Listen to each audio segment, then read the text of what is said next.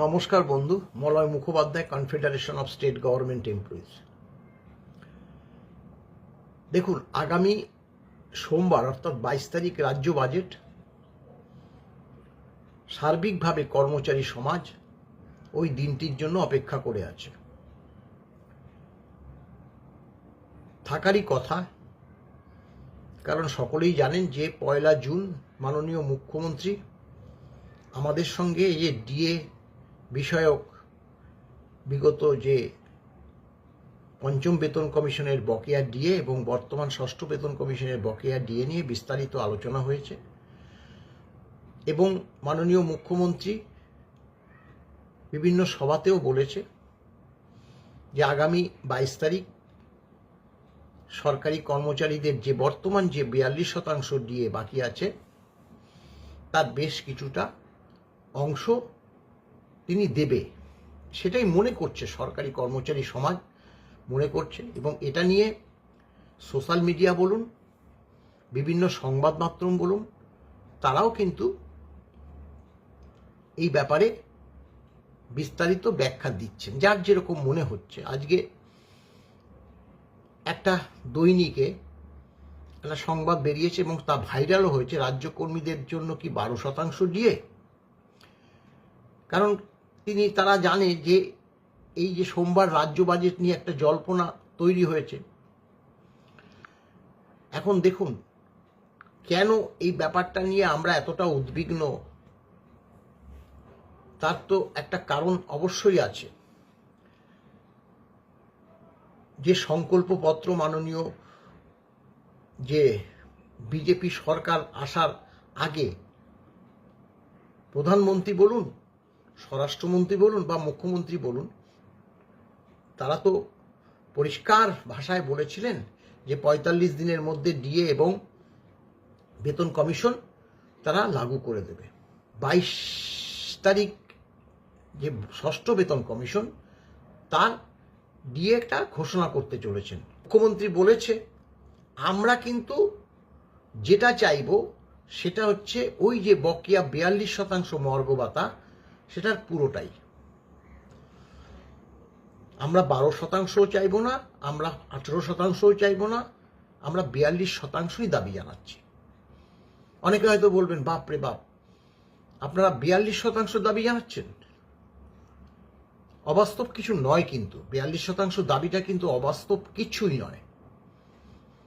তার ব্যাখ্যা আমি দিচ্ছি। দেখুন, পঞ্চম বেতন কমিশনে বিগত তৃণমূল সরকার বেতন কমিশন যখন কাছে চলে এসছে 1/1/19-এ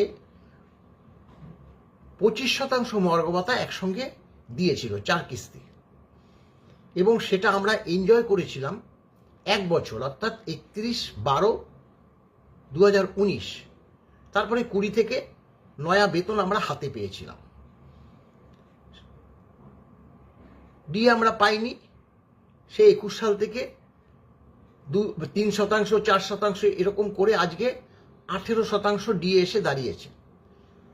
সরকার পরিবর্তন হয়েছে, কেন্দ্রীয় সরকারের যে ডিএ, শুধু কেন্দ্রীয় সরকার না, অধিকাংশ রাজ্য সরকারের ডিএ আজকে 60%, অর্থাৎ ফারাক হচ্ছে 42%। তাহলে 42% ডিএ যদি 1 জুলাই থেকেই দেয়, আমরা এটারও দাবি জানাচ্ছি, যেহেতু এপ্রিল মাসে বিগত মুখ্যমন্ত্রী 4% ডিএটা ডিক্লেয়ার করেছিলেন, কিন্তু আমরা পাইনি। 1 এপ্রিল থেকেই এই বকেয়াটা আমাদের কিন্তু দেওয়া উচিত।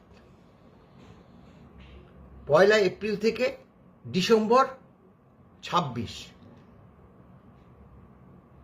কারণ 1/1/27 থেকে নতুন বেতন কমিশন লাগু হচ্ছে। তাহলে 1/1/27 থেকে যদি নয়া বেতন লাগু হয়, তাহলে এই যে 60% ডিএটা বেতনের সঙ্গে মার্জ হয়ে তারপরে নয়া বেতন গঠন হবে, 0% ডিএ থাকবে।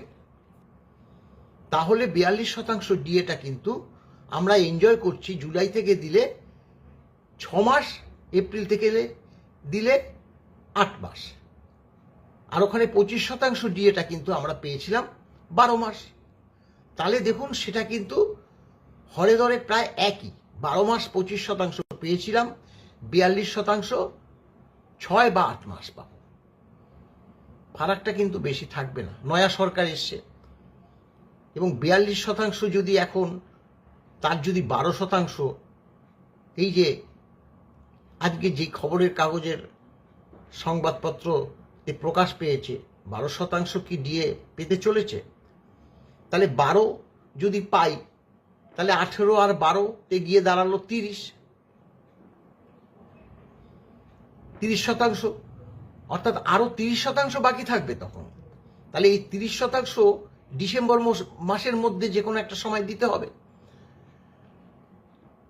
সেটা হয়তো গিয়ে একদম যদি শেষে দেয়, পুজোর সময় গিয়ে দেয় বা অক্টোবর মাসে গিয়ে দেয়, তাহলে তো 2 মাস এনজয় করব। আমাদের তাতে কিন্তু খুব একটা বেশি লাভ হবে না। 42% ডিএটাই রাজ্য সরকার ঘোষণা করুক, আমরা কিন্তু এটাই চাইছি। তো পঞ্চম বেতন কমিশনের যে বকেয়া ডিএ সর্বোচ্চ আদালতের নির্দেশ অনুসারে, সেটা কিন্তু সরকার আমাদের কাছে এখনো তুলে দিতে পারেনি। আপনারা সকলেই জানেন যে এক শ্রেণীর সরকারি কর্মচারীরা এই সরকারের নিয়ম অনুসারে কিছুটা ডিএ দিয়ে থাকলেও কলকাতা কর্পোরেশন এলাকায় যারা বসবাস করে তারা এখনো পায়নি গ্র্যান্ট ইন এইডের কর্মচারীরাও। দেখুন, অথচ 1 জুন আমাদের সঙ্গে মাননীয় মুখ্যমন্ত্রীর বৈঠক হলো, হঠাৎ করে তার আগের দিন 1/4/8 থেকে 31/12/15 পর্যন্ত যারা অবসর নিয়েছে তাদের একটা বকেয়া দিয়ে ঢুকিয়ে দিয়েছে। কত শতাংশ দিল, কিভাবে দিল, সেটা কিন্তু আমাদের জানা নেই। আমাদের জানার অধিকার আছে না? এখনো পর্যন্ত কিভাবে দিল সেটা কিন্তু অর্থ দপ্তর কাউকেই জানায়নি। এবং এই যে কলকাতা কর্পোরেশনের অধীনে যারা থাকে সেটা নিয়ে বিস্তর আলোচনা হয়েছে। আমি সেখানে উপস্থিত হয়ে মাননীয় মুখ্যমন্ত্রীকে বলেছি যে দেখুন, এটা দেখুন আপনারা, অবসরপ্রাপ্ত যে সকল কর্মচারী, শুধু তাদেরই, কলকাতায় বসবাস করে যারা ইন সার্ভিস তারা পেয়ে গেছে, তারা ক্যাশে পেয়েছে গ্রুপ ডিরা, আদার্স যারা পেয়েছে তাদের প্রভিডেন্ট ফান্ডে ঢুকেছে। তাহলে অবসরপ্রাপ্ত কর্মচারীরা কেন এখনো এইভাবে ডিপ্রাইভ হবে? 1 তারিখে আলোচনায় এই কথা তুলে ধরেছি, আজকে 20 তারিখ, 20 দিন হয়ে গেল, 2 দিনও লাগার কথা না। ব্যাংকগুলো কেন দিচ্ছে না? কোনো সময় শুনছি ব্যাংক ডাটা ঠিক মতো পাঠাচ্ছে না, কোনো সময় শুনছি ব্যাংক বলছে না সরকার ক্যালকুলেশন করে পাঠাচ্ছে না। তা এই যে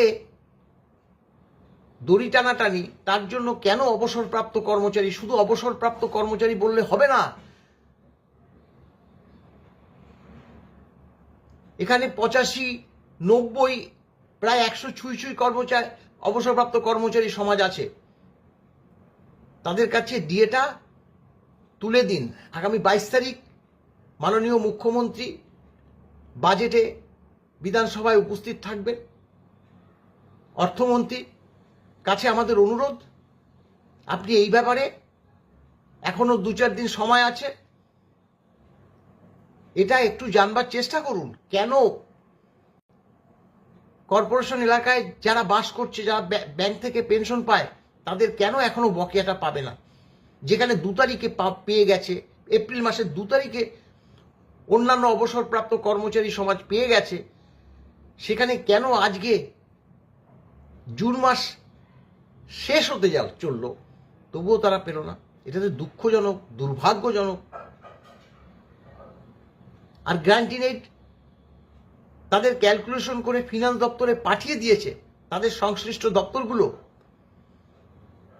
সেটা নিয়েও নিশ্চুপ, কোনো বার্তা আমরা এখনো পাচ্ছি না। এই দুটো ব্যাপার কিন্তু আপনারা দেখুন।